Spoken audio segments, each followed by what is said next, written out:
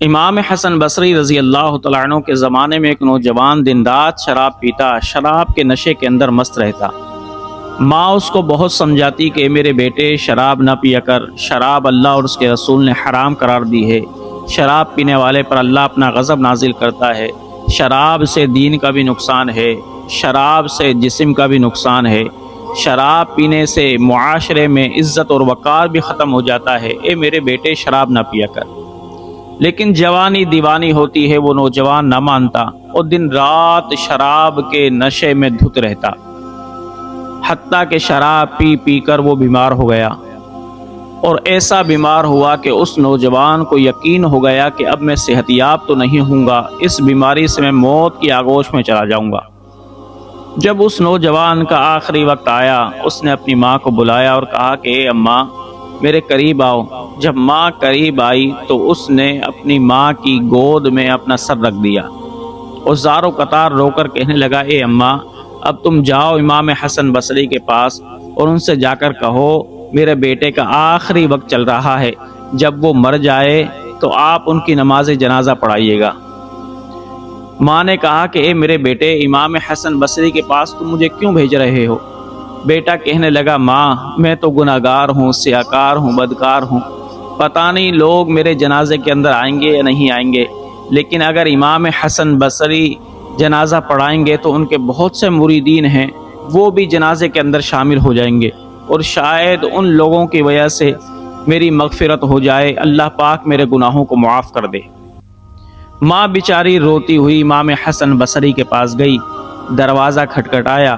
امام حسن بصری کے گھر کے اندر داخل ہوئی اور امام حسن بصری سے کہا کہ اے امام میرے بیٹے کا آخری وقت چل رہا ہے، میرے بیٹے نے یہ وصیت کی ہے کہ جب وہ مر جائے تو اس کا جنازہ آپ پڑھائیں۔ امام حسن بصری نے کہا کہ اے مائی تیرے بیٹے نے کبھی زندگی کے اندر سجدہ نہیں کیا، کبھی اس نے مسجد کا منہ نہیں دیکھا، دن رات شراب کے نشے کے اندر دھت رہتا تھا، اے مائی میں تو تیرے بیٹے کا جنازہ نہیں پڑھاؤں گا۔ جب ماں نے یہ صاف جواب سنا وہ بیچاری روتی ہوئی آئی اور اپنے بیٹے کے پاس بیٹھ گئی۔ دوبارہ بیٹے نے گود میں سر رکھا تو ماں نے روتے ہوئے کہا کہ میرے بیٹے دیکھ تو کیسا بدبخت ہے کہ تیرا جنازہ پڑھنے کو تو کوئی تیار نہیں ہے، امام حسن بصری نے بھی تیرے گناہوں کی وجہ سے تیرا جنازہ پڑھنے سے انکار کر دیا ہے۔ نوجوان رونے لگا اور کہنے لگا، اے اماں اچھا یہ تو بتا مجھے کہ میرے گناہ زیادہ ہیں یا اللہ کی رحمت زیادہ ہے؟ ماں نے کہا، اے میرے بیٹے اللہ کی رحمت زیادہ ہے۔ پھر بیٹا روتے ہوئے کہنے لگا، اے اماں یہ بتا اگر اللہ تجھے اختیار دے کہ اپنے بیٹے کو تو چاہے تو جہنم میں پھینک دے چاہے تو جنت میں لے جا، تو اے میری ماں تو کیا اختیار کرے گی، مجھے جہنم میں پھینکے گی یا جنت میں لے کر جائے گی؟ ماں تڑپ کر کہنے لگی، اے میرے بیٹے میں تو تیری ماں ہوں، اگر اللہ مجھے اختیار دے گا تو میں تجھے جنت میں لے کر جاؤں گی۔ بیٹا کہنے لگا، اے اماں تو میری ایک ماں ہے اور میرا اللہ تو 70 ماؤں سے زیادہ مجھے پیار کرتا ہے، اے میری ماں پھر میرا رب مجھے جہنم میں کیسے بھیجے گا؟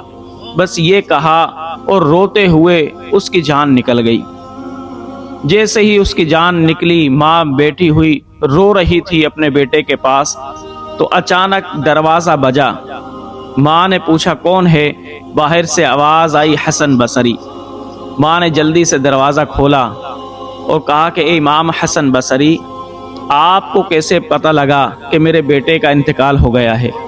امام حسن بصری نے کہا کہ جب تو میرے پاس آئی تھی میں نے تجھے منع کر دیا تھا تو میں اسی وقت سویا، میں خواب کے اندر کیا دیکھتا ہوں کہ مجھے حکم دیا جاتا ہے کہ حسن بصری اٹھو، میرے ایک ولی کا انتقال ہو گیا ہے اور تم یہاں سو رہے ہو، جاؤ میرے ولی کا جنازہ پڑھو۔ تو اے مائی اب تو فکر نہ کر، میں تیرے بیٹے کا جنازہ پڑھنے کے لیے آیا ہوں۔ اللہ اکبر۔ نوجوانوں دیکھیں اللہ کی خشیت میں چند آنسو اس شرابی نوجوان نے بہائے تو مالک کائنات نے اس کے آنسوؤں کو قبول کر لیا، اس کی خشیت کو قبول کر لیا، اس کے رونے کو قبول کر لیا اور مالک کائنات نے تمام زندگی کے گناہوں کو اس کو معاف کر دیا۔ لہٰذا کبھی بھی گناہ ہو جائیں تو اللہ کی رحمت سے مایوس نہ ہو، بلکہ مالک کائنات کی بارگاہ میں آ جاؤ آخری وقت میں بھی آ جاؤ گے تو اللہ اتنا رحیم و کریم ہے کہ آپ کی توبہ کو قبول کر لے گا اور آپ کی بخشش و مغفرت فرما دے گا۔